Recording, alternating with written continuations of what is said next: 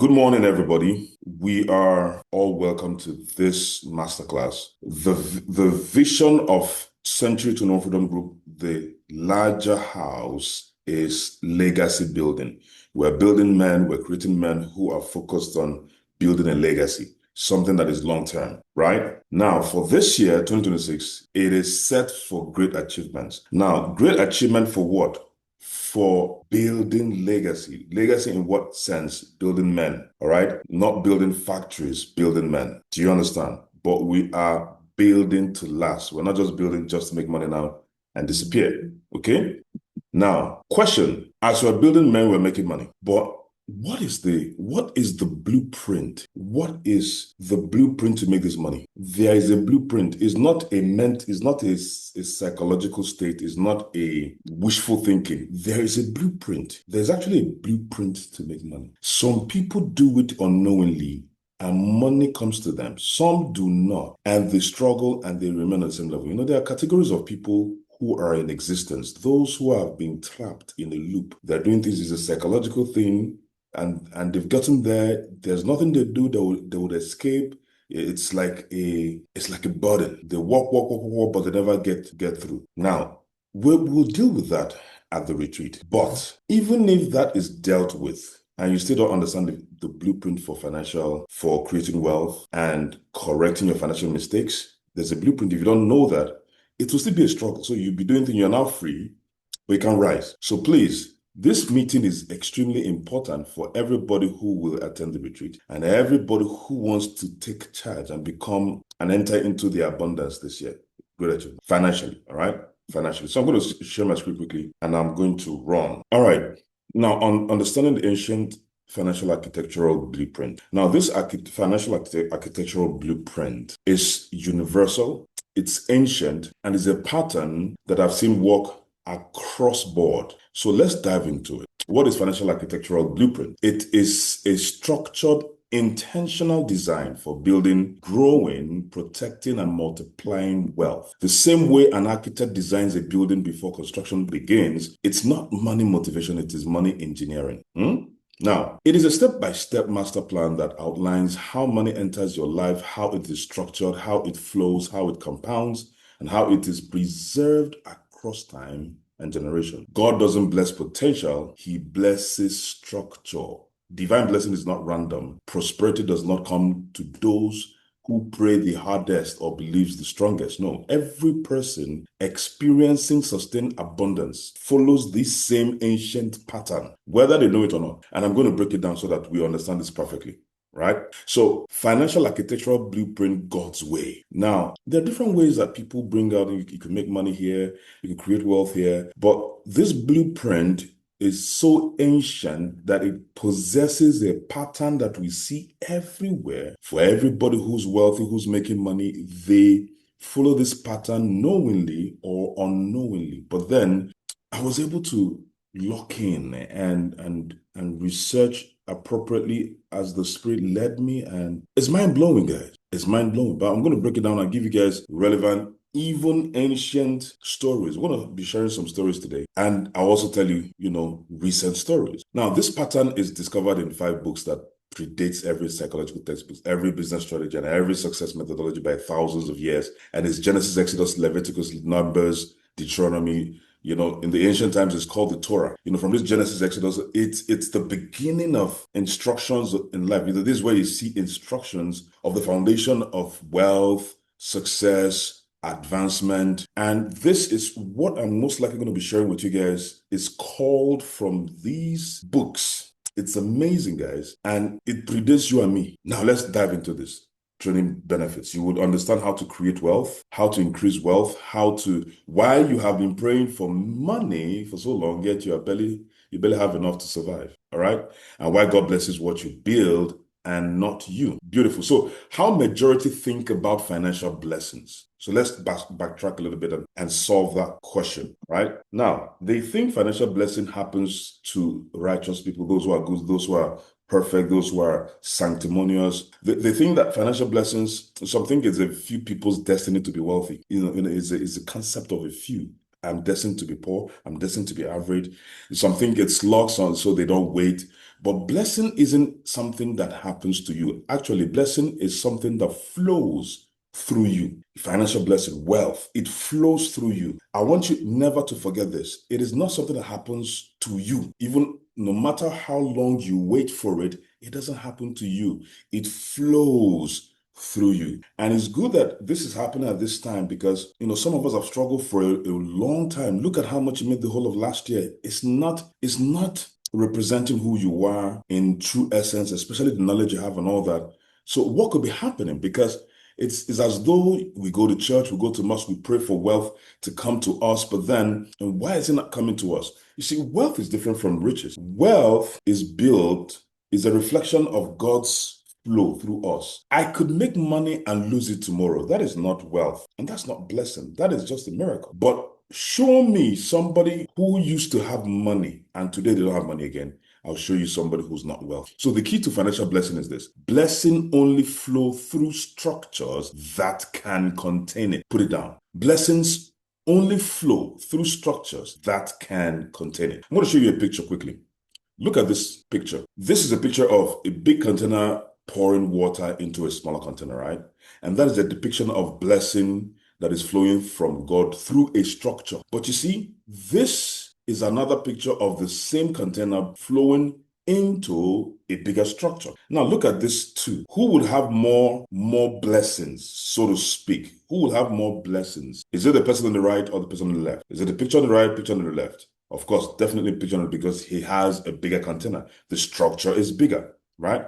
But do you realize that, let's use ourselves as an example. If you're the one pouring the water into these containers, and let's use the smaller container, and you're pouring and it's about to get filled up, what happens to you, right? You're pouring into the smaller container and it's about to get filled up to the brim. What happens to you pouring the water? What do? You begin to resist the flow of the blessing. You begin to retract the flow of the blessing. If you don't, the water will begin to pour on the ground. And if it pours on the ground, what happens? It's useless. It's wasted. Eventually evaporates. That means you can't afford to waste the remaining water that you're pouring. So you retract it. Therefore, some of us have put ourselves in a very small, tiny position whereby the blessing comes and it fills us 100,000 naira and then we're okay. It fills us 20,000 naira, we're okay. It fills us 500,000 naira, we're okay. It fills us 1,000 or maybe 1 million naira and we're okay. But it can't flow anymore because there cannot be waste. You don't just reduce, if you're pouring water, you don't just reduce the speed,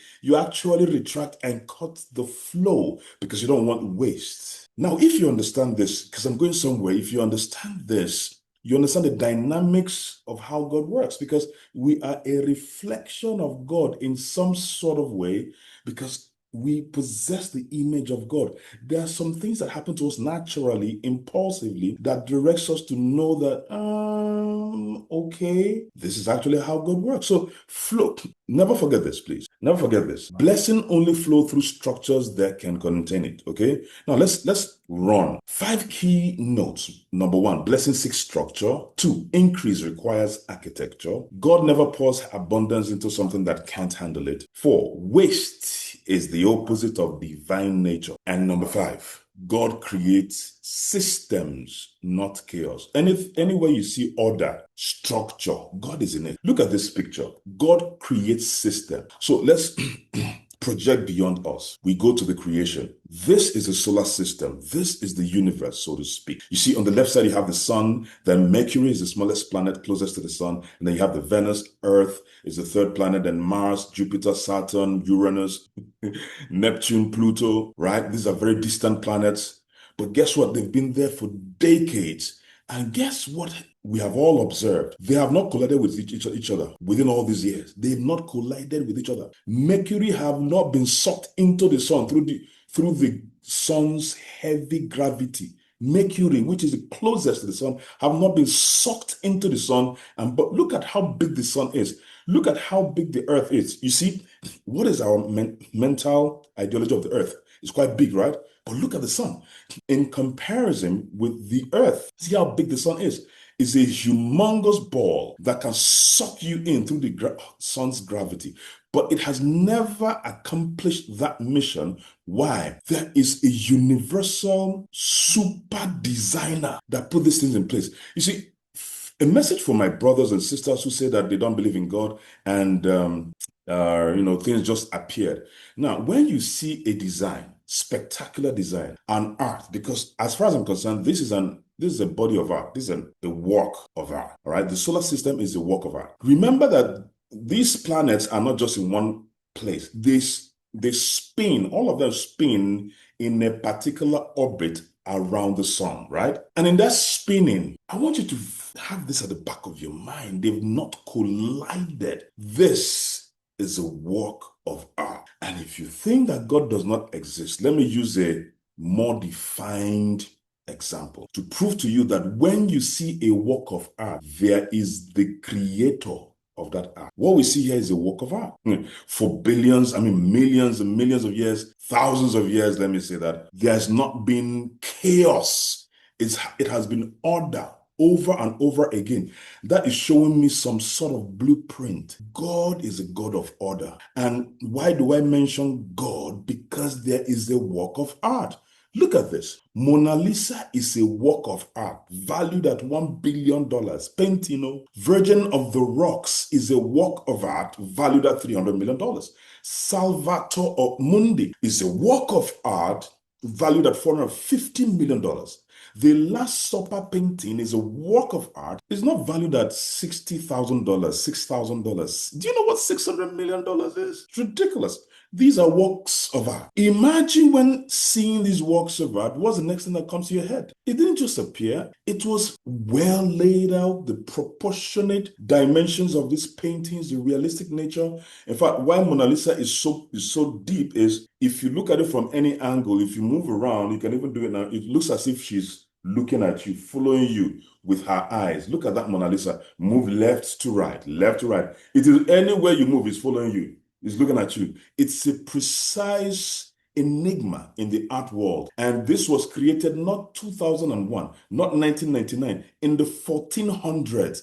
And guess what? For every work of art, there's a creator. The creator of these arts that you see, that is so super expensive now, is Leonardo da Vinci. So what does that tell me? Whenever you see a work of art, there is a creator. The earth, the universe, the solar system is a precise work of art. It means there's a creator, and that creator has got a pattern.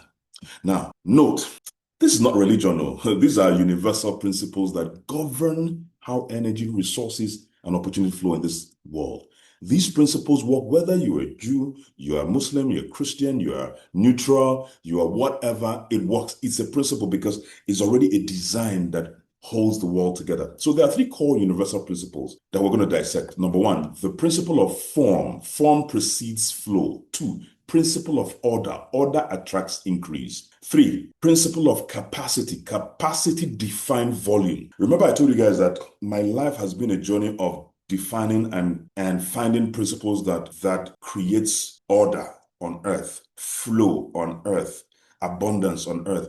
See, a man that understands principle, this world bows to that man or woman. This world is not an emotional world. You see, emotion is, let me create the earth. And then, the earth is there, Venus is there, Jupiter is there, and by emotion, I have something, but then there's no order. And then the next thing is the Jupiter hits Earth gets knocked out of orbit. There's chaos everywhere. That's emotion, that's sentiment. There's got to be order. For there to be order, there's a principle behind that order. Because the creation was done once, and then that creation sparked a revolutionary, almost eternal process. It doesn't have to be created again. It continues over and over and over. Sorry, somebody saying for volume, please.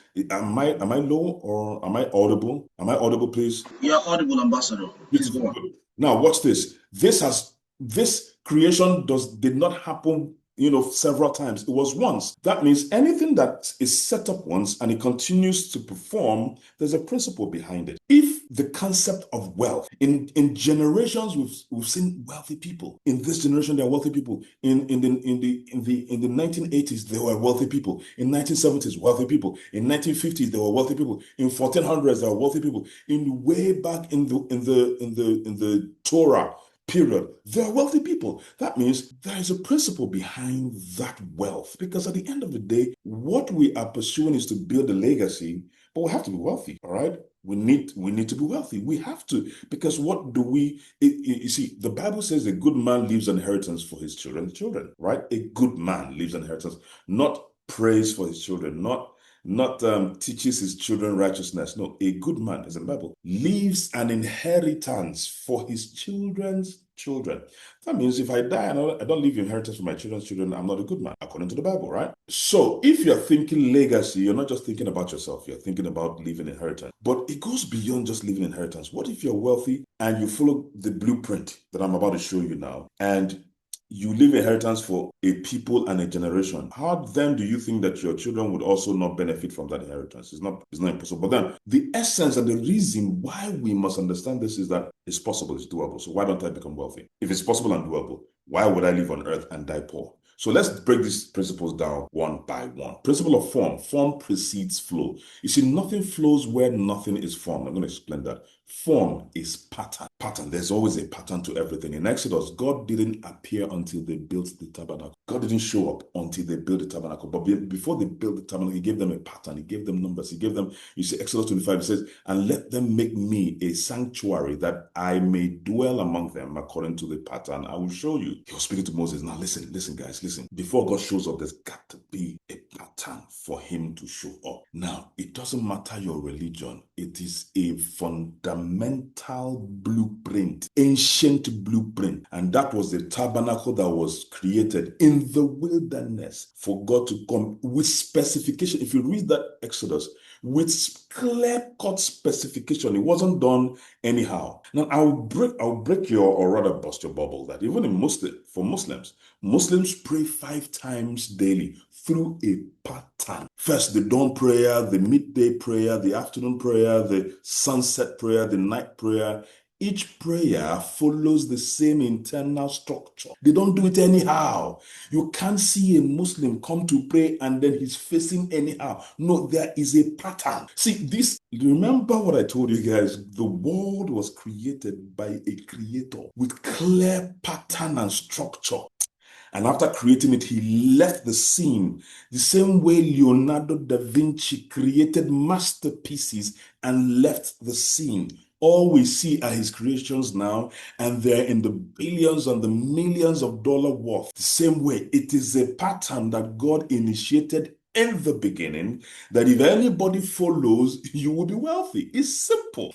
Now, for each prayer, you know there's an internal structure. You standing, bowing, prostrating, sitting, and repetition based on the number of rakah that you're doing. That's a pattern. Do you know what? This creates rhythm, form, order, and mental discipline. Order. Are you saying order? Mental discipline. So that gives you that connection, because before God flows, there's got to be form.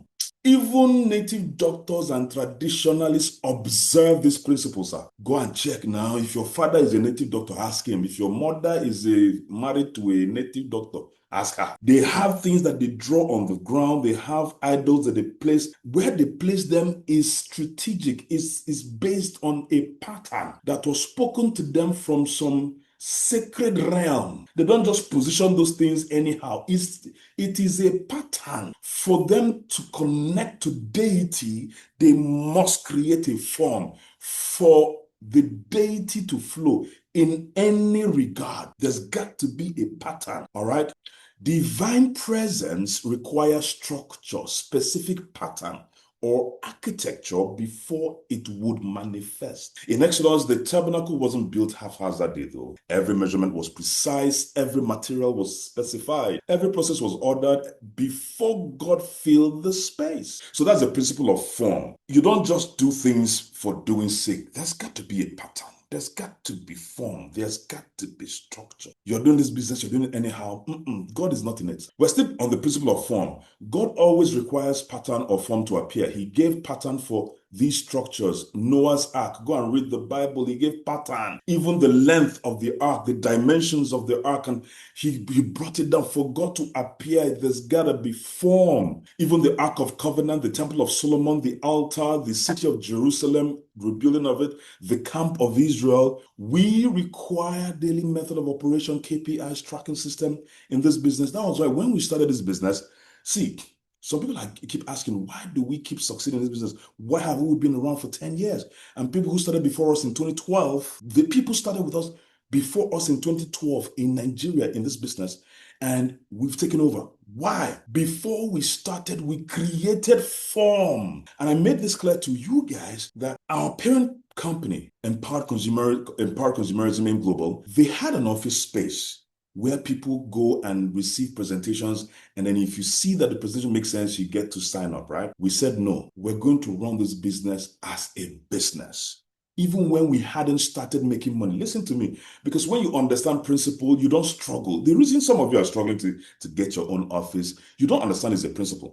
We said, we have to create form. Let's have our own offices. Let's pay for office space, furnish it, and then, even though we don't have so much money, we haven't even made money from the business, we now decided to do it together. Even doing it together was war. It was a battle. Because, we were still struggling. Thank God for Ambassador Michael Okoli. He had access to some loan. He had access. He didn't have the money per se. He had access to some loan facility. So he paid for the office space, Suite 5, Shalom Plaza, Gudu. He paid for it pending when we now get the money, and we gave him some time frame within the week. We now offset because we divided the amount for the rent and the furnishing, and we spread it across 6 of us. But he got the bulk money, secured it, and then we paid him later. Excuse me, we hadn't made money in the business. You need to understand. So some of you come into the business and saying, hey, I have not made money. Why should I contribute that? Why should I contribute this? After this meeting, receive understanding. And when we started doing that,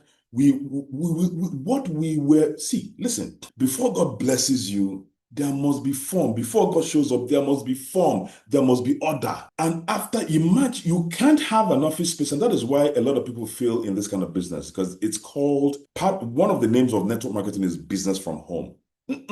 God is not there.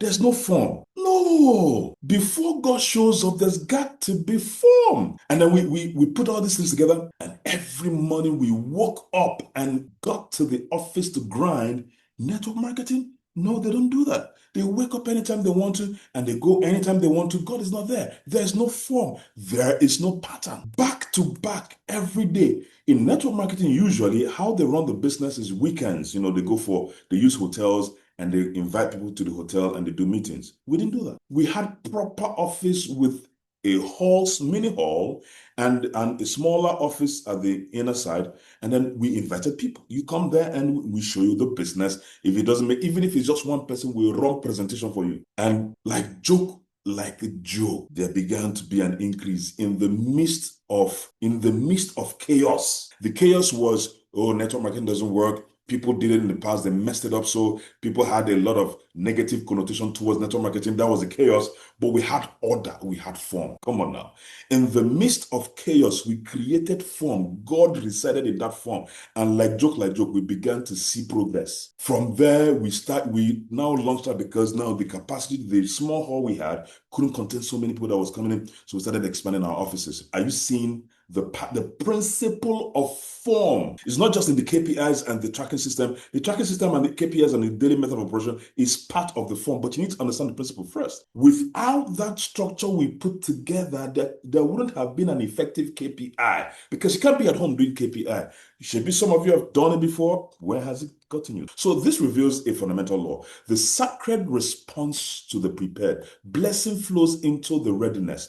And guess what? You don't get promotion before you develop the skill. You have to have the skill first before they promote you. You don't experience financial increase before you create systems capable of managing it. Some of us are praying, Father, bless me with wealth. Bless me, I will manage it. Hello? Even the little you have, can you manage it? No. How do you think it's going to bless you with more? Go back to the water system that I showed you, pouring water from a big container into a smaller container. Once he feels the small container feels, boom, there is a boom retraction. So don't pray for wealth. You gotta have to build the system first. Most people want provision without preparation. All right. And that's the problem. You want provision. They want increase without infrastructure. Infrastructure requires patterns to create them. Imagine building a house with no architectural drawing, no pattern, no form. Let's bring it home, guys. Imagine, look at this magnificent piece. Before it was constructed and put up and given birth and given life to, there was a design, a form, a pattern that will help you to put up the structure. Before the structure is created, there's got to be a design. In our head, we created a design. We pay for office spaces where people come and see the business professional and they know that we're doing business. They know we're not joking here. It cost us money. We were not making money at all. But that is the principle of form. You see, before you ask for more income, because some of you are asking for more income in 2026. Before you do that, do you have systems to handle your current income properly? The income you're making now, is there a system to manage it, to handle it properly? If you can't handle this one properly, more won't come, guys. Making millions monthly in this business requires many people to join you, right? Now, before you ask for millions, how are you handling the 3 people under you now, sir? How? Your current financial situation is showing you where your structures are weak, where your preparation is incomplete, where you lack pattern. That is what your current situation is now. Okay? So God is not withholding blessing from you. You are not ready to receive what you are asking for yet. Is that okay? And then God multiplies what is ordered, organized, and measured. Let's move on to principle 2. That is the principle of order. Order attracts increase. I'm going to share a story with you guys. Hold on a second. 1 second. All right? Because I have to stay with time. Like I shared with you guys, I'm going to be sharing some stories with you guys. This is the story of Joseph. From a prime minister from prisoner to prime minister. Some of us know the story of Joseph. It doesn't matter the divide. Joseph was the love of his father, and he was sold into slavery. And someone bought him, and Joseph was being absolutely productive until the wife of Potiphar laid hands on him, wanted to sleep with him, and he ran away, and the wife reported him to Potiphar, and then he was jailed. And then in the jail, he was there still building capacity, building form that is the story of Joseph. You see, Joseph was not promoted. And guess what? Listen, principle of order. Stay with me now. Joseph was not promoted because he was lucky. He was not elevated because he prayed louder than others. He rose because he understood order systems and stewardship. See, from the prison, he was called out to interpret the king's dream. He was called from there. But there were other people. Was it because of his prayers that he was called out? Watch this. When Pharaoh, the king, had trouble dream, Joseph interpreted them accurately. 7 years of abundance followed by 7 years of famine. Now, but interpretation alone did not change Joseph's life. What changed everything was what came after the interpretation. Many people receive revelation. Few people build systems around it. He didn't just interpret and go. He built a system around it. Joseph didn't say God will provide during the famine. So let's continue to pray. He said, let us organize during abundance, because there was a time of famine coming. That was the interpretation of the dream. So he said, let us organize during abundance. Some of you have started this business, you're making so much money, and there's no order. There's a lot of spending. I see a lot of spending happening. No order. Joseph proposed a national economic system. Appoint administrators, collect a defined percentage during the good years. Storage gain is organized in organized cities. Create a distribution plan for the famine. This was not prayer alone. This was architecture. This was order. You see, Pharaoh immediately recognized something profound. He said, can we find anyone like this man, one in whom is the Spirit of God? Because it can only take the Spirit to be. See, if you're not organized, you're not working in the Spirit of God, my brother. It can only take the Spirit of God to project order and structure. Joseph was promoted not because he saw the future, but because he designed for it.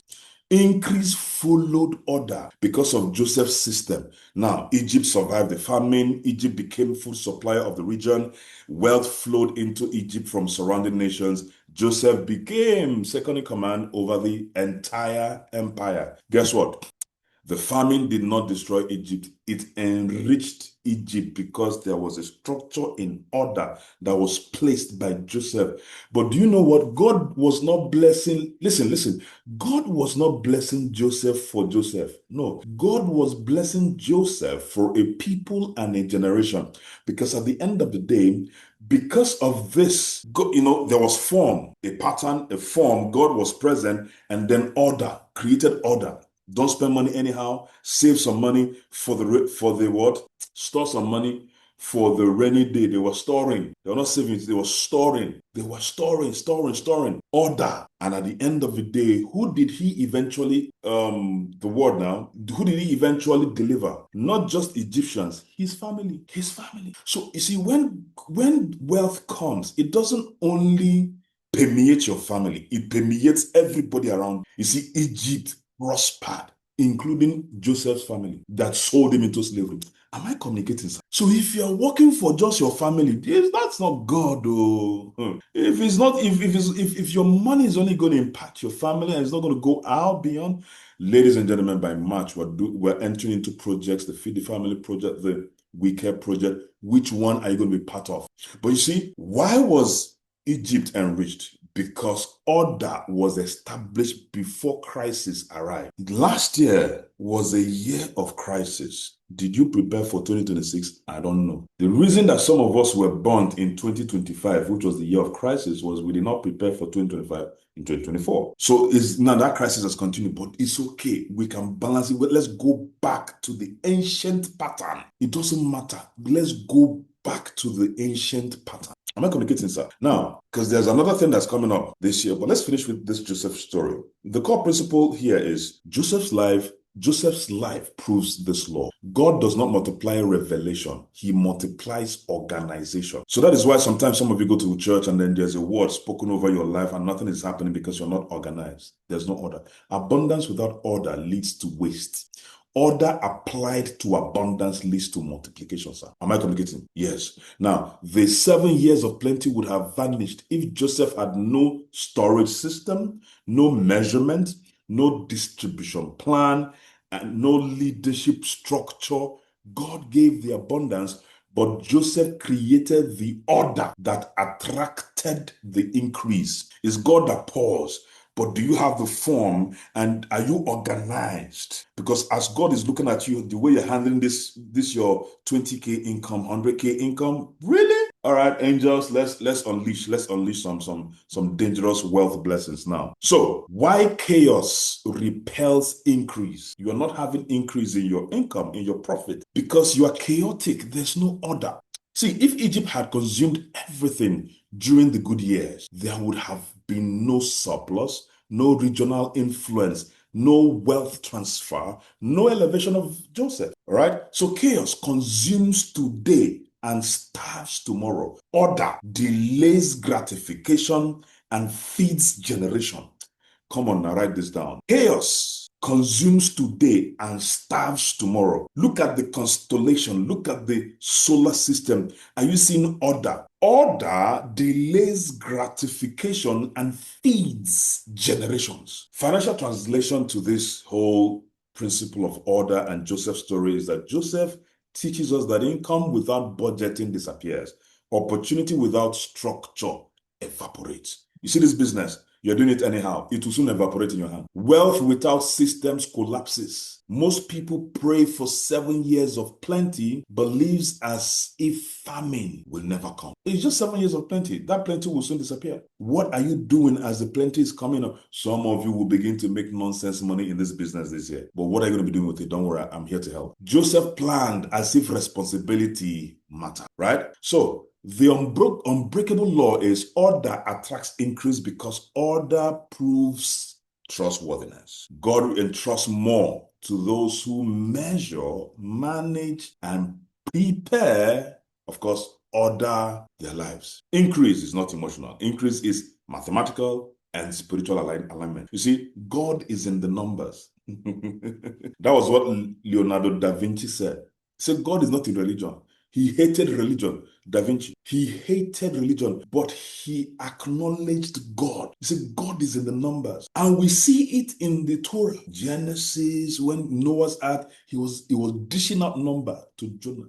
Exodus, he was dishing out number, dimensions, width, height. God is always in the numbers. I'm going to come back to that. So God doesn't bless chaos. God multiplies order. Random efforts produce random results. Systematic efforts produce systematic results. Yeah? Okay? Now, lack of financial discipline and order is blocking your prosperity. All right? I'm wrapping it up now.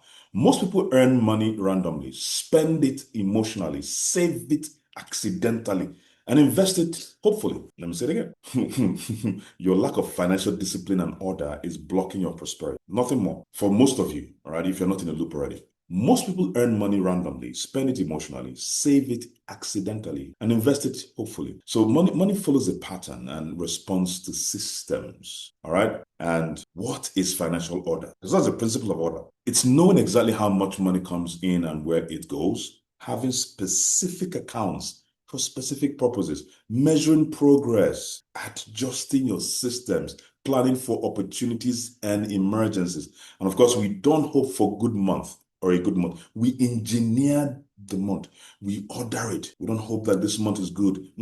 We order this month by engineering it and putting structures in place. When we properly organize our resources, opportunities start to appear. Quality prospects begin to emerge. It is not magic, it's mathematics, guys. And God is in the numbers. And organized money attracts more money because organized people are trustworthy. So we're going to quickly run into principle 3. Now, your income never exceeds your capacity. This is the principle of capacity, and capacity define volume. Principle of capacity. It states that your income never exceeds your capacity. These are 3 powerful principles. And this last one, I'm going to share another story, all right? Because capacity is your internal architecture, not external now. Your character, your integrity, your wisdom, who you are when no one is watching. That is your capacity. But it can also be defined on a broader scale, but capacity is a within thing. All right. I'm going to share this story with you guys.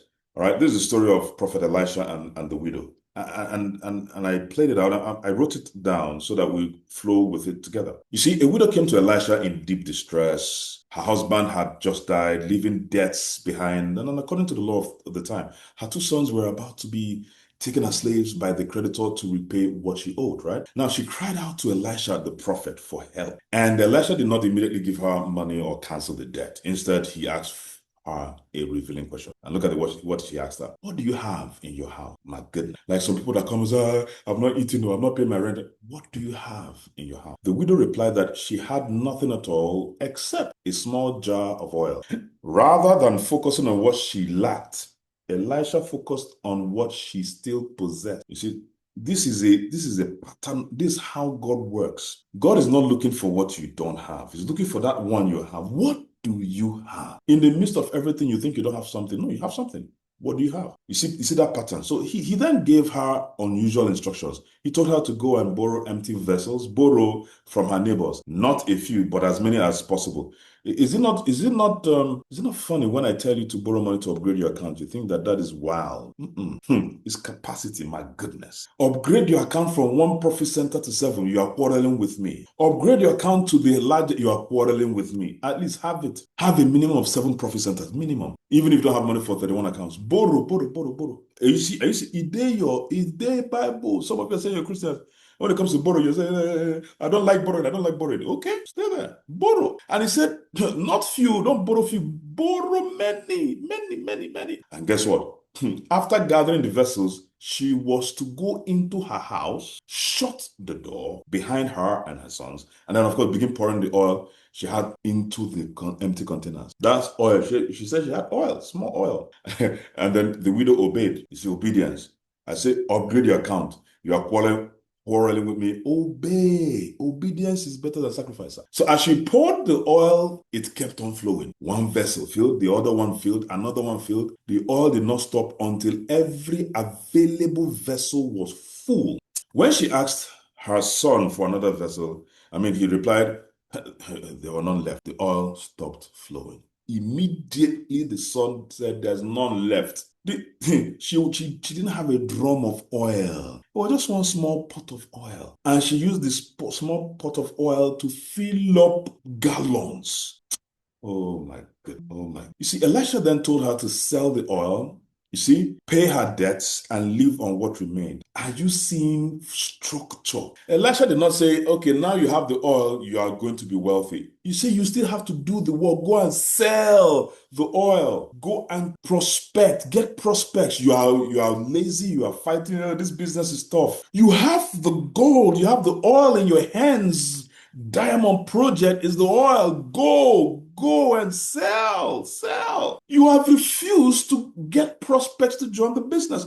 Learn how to prospect, learn how to present, learn how to follow up, learn how to get them started. You've refused. Meanwhile, the oil is in your hands. You've upgraded, you have your containers filled. You have 7 accounts, you have 15 accounts, you have 31 accounts. You still broke because you do not understand that even though there's a principle of capacity, but the second principle is the principle of order. That with your 7 accounts, you can't do nothing until you are organized. By way of how you go out and prospect, you have timing for prospecting, you have timing for follow-up, you have timing for showing people the presentation, you have timing for follow-up and follow-throughs, you have timing for your existing downlines to show them how to run the business. That is order. And Elisha is telling you, go and order yourself and make money and pay your debts. You are still crying, oh here. You are not ordered. You're not organized. You may have the capacity,